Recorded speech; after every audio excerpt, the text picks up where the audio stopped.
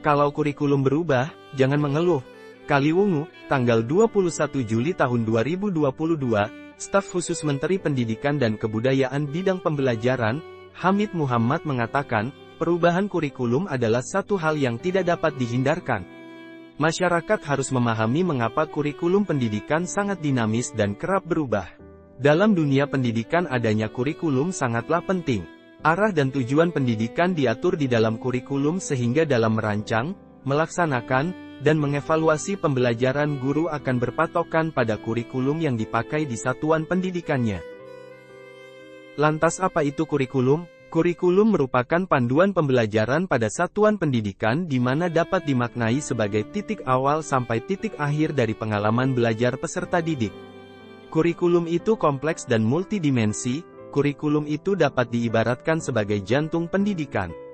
Fungsi kurikulum bagi pendidikan adalah untuk memandu dalam proses belajar peserta didik. Komponen kurikulum menurut Ralph Tyler, 1. Tujuan 2. Konten 3. Metode 4. Cara evaluasi. Apa pentingnya perubahan kurikulum? Untuk menyesuaikan dengan kebutuhan peserta didik dan perkembangan zaman. Kurikulum yang baik adalah kurikulum yang sesuai dengan zamannya, dan terus dikembangkan atau diadaptasi sesuai dengan konteks dan karakteristik peserta didik demi membangun kompetensi sesuai dengan kebutuhan mereka kini dan masa depan. Mengapa kurikulum harus berubah? Kurikulum ya memang harus berubah. Mengapa? Tentu saja untuk menjawab tantangan zaman. Kurikulum tidak dapat dipergunakan dalam satu waktu terus-menerus karena dunia terus berubah. Maka dunia pendidikan sebagai pilar utama dalam membangun dan mendidik generasi harus pula turut berubah. Terjadinya pandemi COVID saja sudah meluluhlantahkan dunia pendidikan sedemikian rupa. Guru kesulitan mengajar, murid kesulitan mengerjakan tugas, dan orang tua juga tak kalah pusing membantu putra-putri mereka belajar. Kurikulum harus selalu berubah agar sesuai dengan perkembangan zaman. Apalagi masa sekarang ini ilmu pengetahuan dan teknologi informasi telah berkembang semakin masif dan tak terkendali.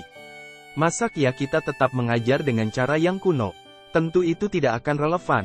Pembelajaran juga akan menjadi membosankan. Bukankah tugas kita untuk menyiapkan para murid menghadapi zaman yang baru?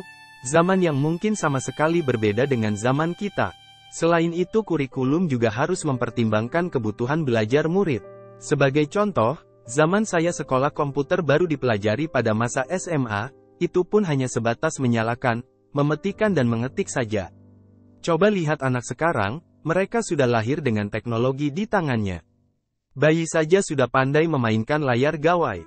Itulah mengapa kurikulum juga harus berubah, agar kita dapat menyiapkan generasi yang akan datang yang visioner dan mampu memandang ke depan. Seperti ungkapan Ki Hajar Dewantara, pendidikan adalah menuntun segala kekuatan kodrat yang ada pada anak-anak agar mereka dapat mencapai keselamatan dan kebahagiaan yang setinggi-tingginya baik sebagai manusia, maupun sebagai anggota masyarakat. Jadi, dapatkah kurikulum berubah? Kurikulum operasional satuan pendidikan harus bersifat dinamis, artinya dapat diubah sesuai perubahan dan perkembangan budaya dan zaman, selain mengikuti zaman yang sudah diadaptasi sesuai lingkungan geografis. Kurikulum bersifat dinamis dan terus dikembangkan atau diadaptasi sesuai konteks dan kebutuhan peserta didik untuk membangun kompetensi sesuai masa kini dan masa yang akan datang. Bagaimana untuk mewujudkannya? Seluruh komponen masyarakat yaitu peran orang tua, masyarakat dan sekolah harus menempatkan kebutuhan, pendapat, pengalaman, hasil belajar serta kepentingan peserta didik sebagai pengembangan kurikulum karena kurikulum dirancang untuk kebutuhan peserta didik.